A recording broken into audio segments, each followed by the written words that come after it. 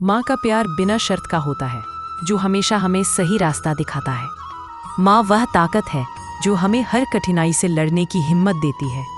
माँ का हर शब्द आशीर्वाद की तरह होता है, जो हमें हमेशा सुकून देता है। माँ की ममता जीवन का सबसे बड़ा खजाना है, जिसे हर पल संजोना चाहिए। चलिए अब प्रेमानंद जी महाराज के शब्दों में सुनते हैं। मां से बढ़कर के कोई भी सबसे पहली जगत में पूजनीय और श्रेष्ठ गुरु मां है। इसलिए उन दुर्बुद्धि, उन दुराचारी, उन नरकगामी पुरुषों की क्या बात करें जो अपने मां के ऊपर हाथ उठा देते हैं, जो अपने मां को कटुवचन कहते हैं। मां जैसा 9 महीने गर्भ में रखा, इसके बाद हमारा कितने वर्षों तक मलमूत्र फेंकती रही, अपने रक्त को दूध बनाकर हमें पिलाकर पोषण करती रही। उस मां का अब जब सेवा करने का अवसर आता है, अनाथ आश्रम भेजा। माना तो 10 लाख रुपया, 100 लाख रुपया जमा कर देगा अनाथ आश्रम में, उनकी खूब सेवा होगी। लेकिन प्यार, अपना पुत्र अगर 2 रोटी लेकर के आए मुस्कुरा करके, मां कैसी हो, इससे बढ़ करके रुपया पैसा और सुविधा नहीं होती। प्यार कौन देगा? तुम बच्चे थे, तुम्हें अनाथ आश्रम में भेज जाती, जाकर के पैसा जमा कर देती, तेरा हालत क्या होता। आज जब मां की सेवा का अवसर आया, ये जवान लोग VIP बनते हैं। ये धर्म है, धर्म निश्चित अपना प्रभाव दिखाकर रहता है। तो अधर्म करोगे तो दंड मिले। सबसे पहली बात समझ लो, मां, जिसके मां हो और कोई देवी देवता पूजने की जरूरत नहीं, पूजो तो तुम्हारे भाग्य की बात है, लेकिन सबसे बड़ी देवी मां है, सबसे बड़ी पूजा मां है।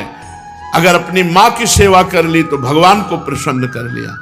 मान जाओ हमारी बात, जहां तक हमारी आवाज पहुंचती हो, अगर तुम्हारी मां हो तो चूकना मत।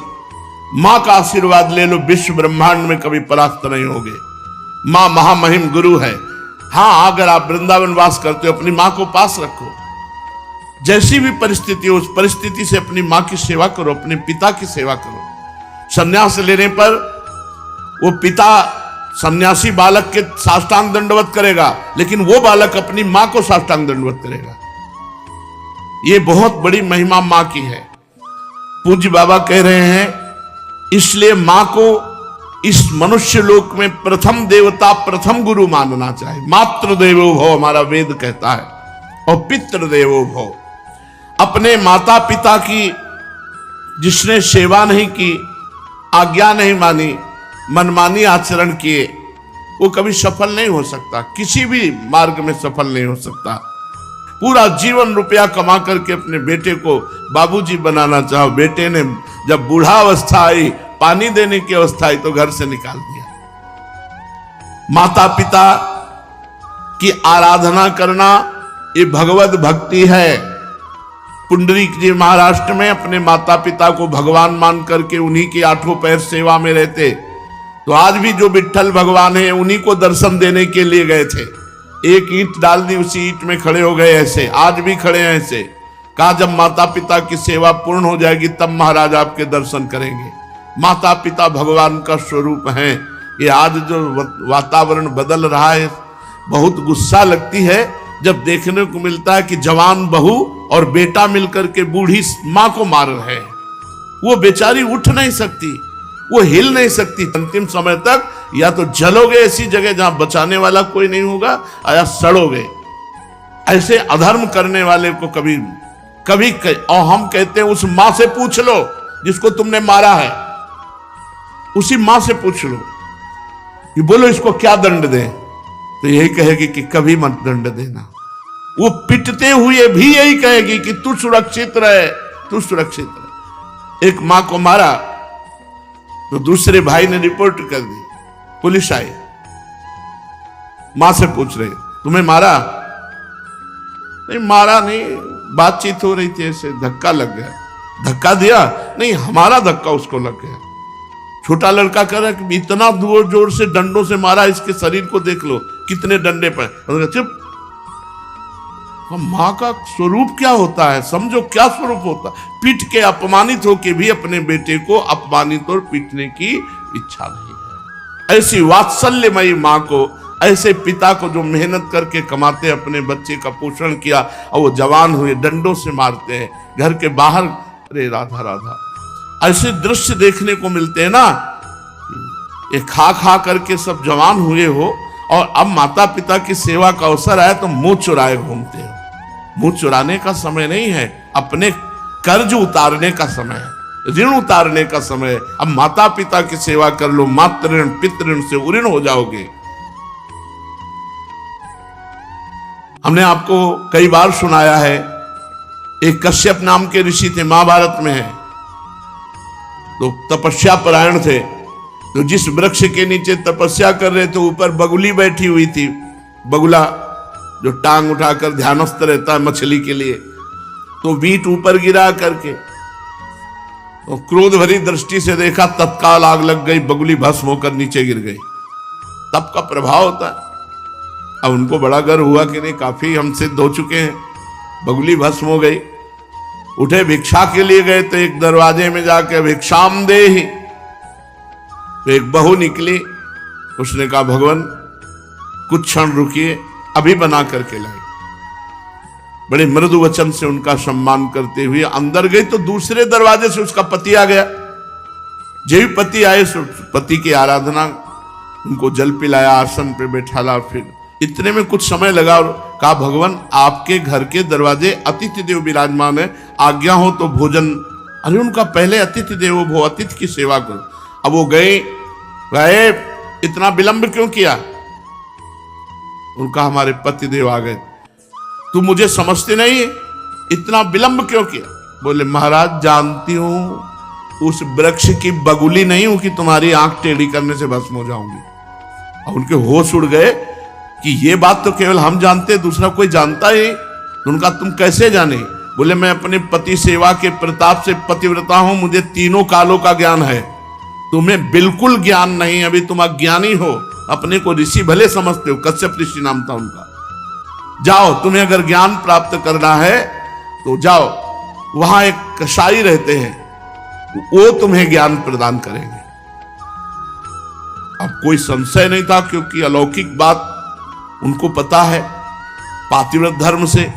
वहां गए, जिस कसाई का परिचय बचाया था तो मांस बेच रहा था, कोई कहता 2 किलो तो 2 किलो, किलो तो एक, और ओंठ चल रहे थे। तो कहा कैसी गंदी जगह भेज दिया। चलने लगे तो कहा कश्यप ऋषि, पहला आश्चर्य हुआ कि ये तो नाम बता रहा है हमारा, हमने तो अभी कुछ बात भी नहीं की, वो अमुक गांव की पतिव्रता ने भेजा है।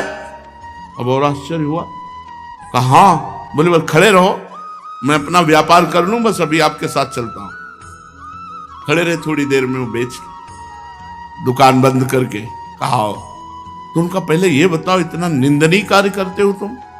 तो उनका मेरा जन्म हुआ है इसी कुल में, मैं हिंसा नहीं करता, मैं मांस लाता हूं और बेचता हूं और अपने परिवार का पोषण करता हूं क्योंकि मैं ऐसे कुल में जन्मा हूं।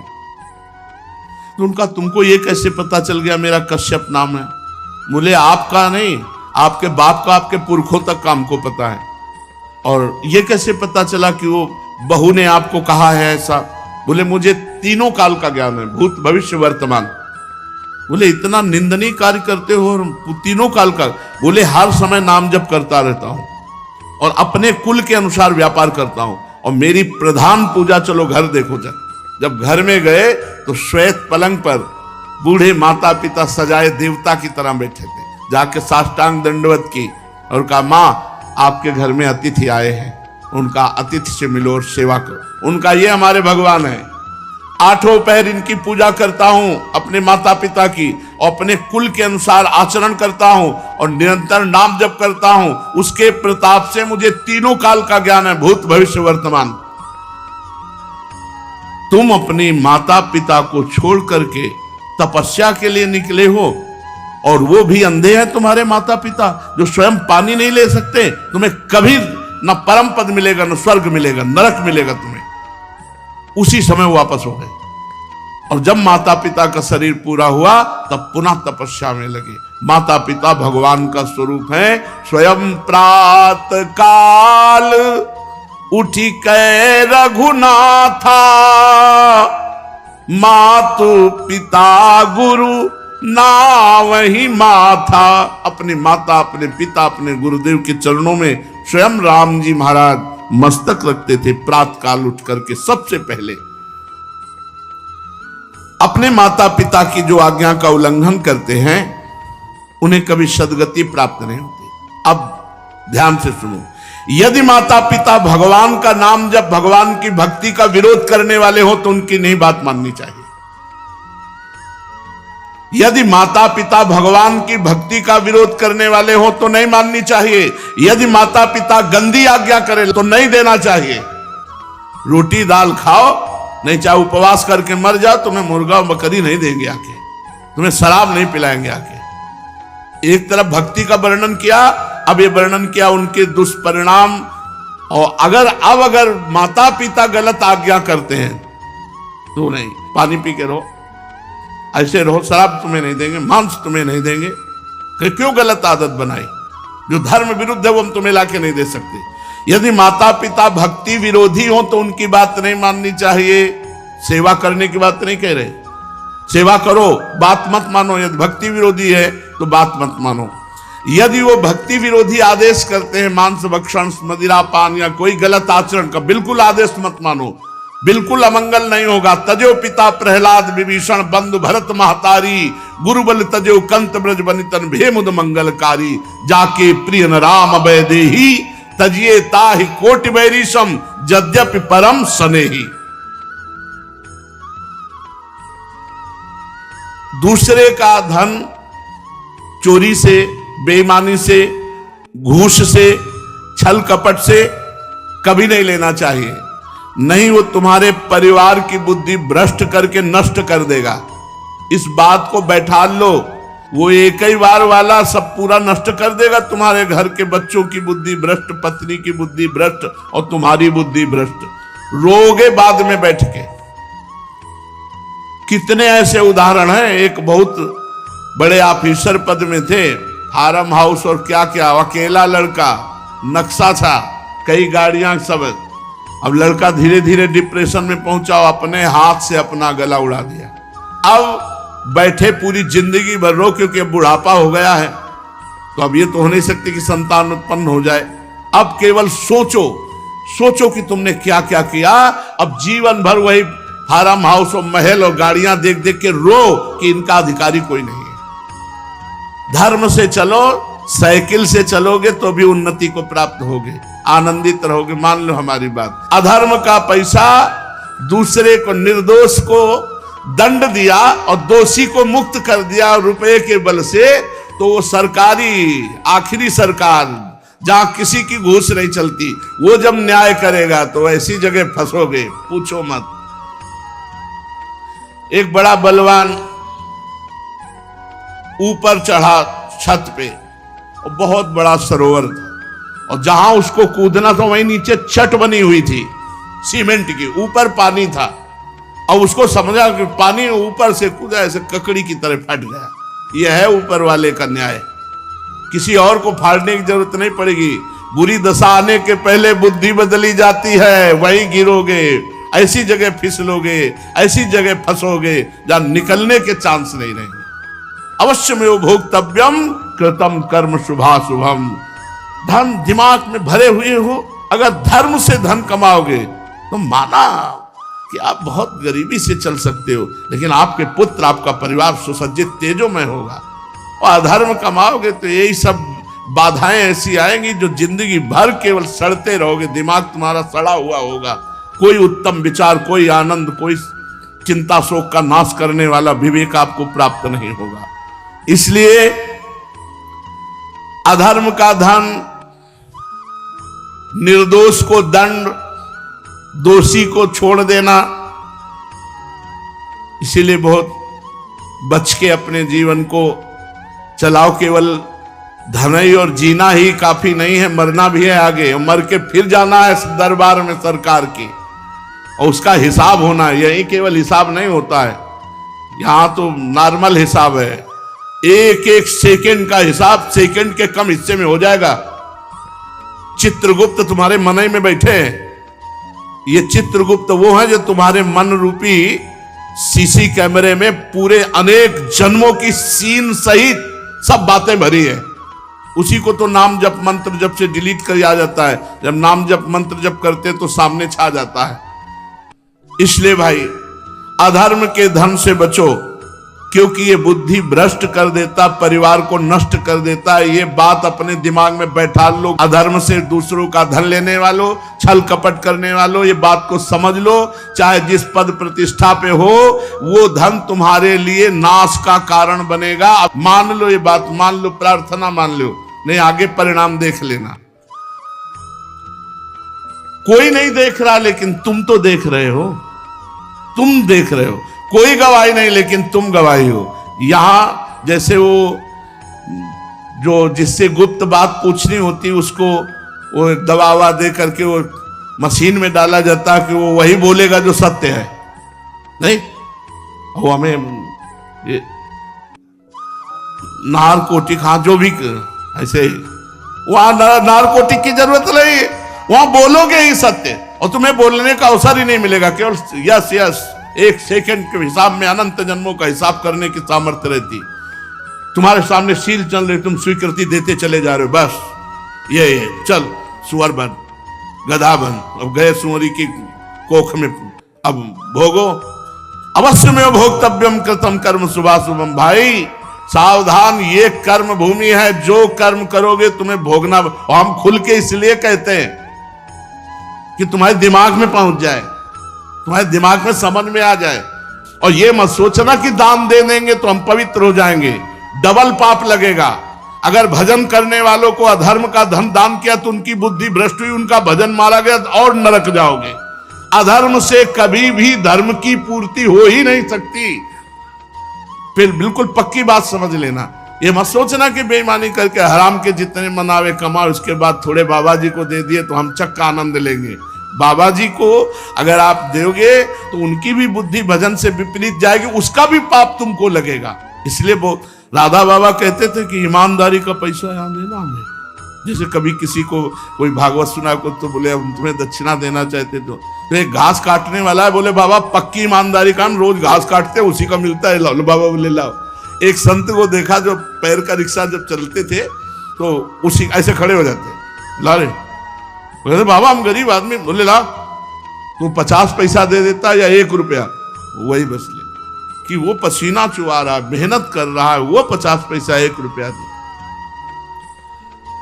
आजकल प्रायः लोग शॉर्टकट से धनी बनना चाहते हैं। कितनी जन आत्महत्या कर रहे हैं। मोबाइल में वो एडवर्टाइज भी आती है। अब नए नए लड़के और जितने सब हैं करोड़पति बनने के लिए रुपया लगाए चले। माता पिता की पर्स खाली करके वो मोबाइल में वो जुआ गेम ले परेशान है। अनंत ब्रह्मांडों का स्वामी अपने आप को दांव में लगा दो, वो अपने आप को दे देंगे, वो अपने आप को दे देंगे। तो अनंत ब्रह्मांड तुम्हारा, तभी कहते हैं बिना दस्तखत के जब जो जरूरत होती है, मांगना नहीं है। किसी भी तरह का आप सत्संग सब सुन रहे हैं, किसी भी तरह का यहाँ कोई फ्रॉड आपको नजर आता हो कि ऐसे तो कहते हैं कि मैं लेता नहीं हूं, पीछे बैग में ले जाते हैं, लेता कोई खड़ा होकर बता दे, आप दे दोगे हाथ उठा करके। ऐसे किए तो भिक्षुक हैं, बाबा जी हैं। ये बिजली का बिल हमारे घर में बिजली नहीं पैदा होती, इसकी भी फीस लगती है। इसका अगर आप दे देते हो तो आराम से बैठे हो, चल रहा है। और जब कट जाएगा तो दीपक जला के सत्संग करेंगे, माइक हटा के करेंगे। आ जाता है तो दाल रोटी हो जाती है, ज्यादा आ जाता है तो सब्जी भी बन जाती है। आ गया तो जो जैसी व्यवस्था भगवान कर दिए उससे कोई ये नहीं कह सकता कि मेरे से मांगा गया। और भगवान की कृपा से सब कुछ चल रहा है। हमारा अगर जीवन भगवान में अर्पित है तो जिन्होंने अनंत ब्रह्मांड बनाया वो हमारी व्यवस्था नहीं करेंगे क्या यार? तुम्हारे द्वारा व्यवस्था चलेगी। कई बार राधा केल कुंज में यही सत्संग में कहा, तुम्हें भगवान की कसम है अगर तुम्हें लगता हो मेरे द्वारा राधा केल कुंज चलती है तो कभी 50 पैसे भी यहाँ मत चढ़ाना, कभी नहीं। ये भगवान से चलता है, देखो कैसे चलता है। ऐसे चलेगा बिना पेट्रोल के, बिना ड्राइवर के। पुष्पक विमान में लगता था क्या ड्राइवर? पेट्रोल लगता था। अरे राधा केल कुंज भी चल रही है, उन्हीं से चल रही, उन्हीं से चल। कैसे चल रही? दिमागों में चल रही, हृदय में चल रही, सबका भरण पोषण हो रहा है।